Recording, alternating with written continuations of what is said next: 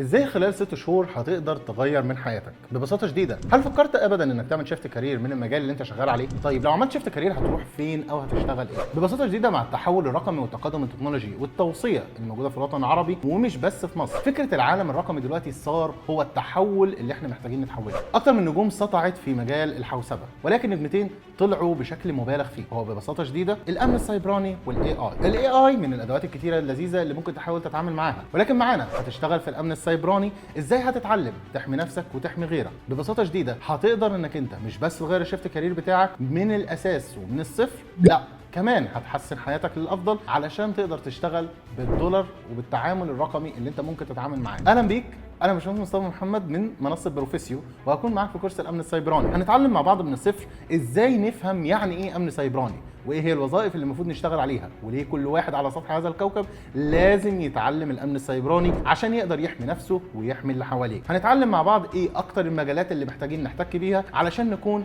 اقوياء وكويسين جدا في مجال الامن السيبراني. بل والمفاجاه ان احنا هنشتغل بشكل براكتابيلتي عملي على سيرفرات جاهزه لعمليات اختراق، بحيث ان احنا نطور من مستوانا بادوات حقيقيه لعمليات اختراق بشكل كبير. هنكون معاكم ان شاء الله خطوه بخطوه على مدار 150 ساعه على منصه بروفيسيو. ان شاء الله اشوفكم على خير، وان شاء الله يكون كورس مميز، والقاكم في منصه بروفيسيو.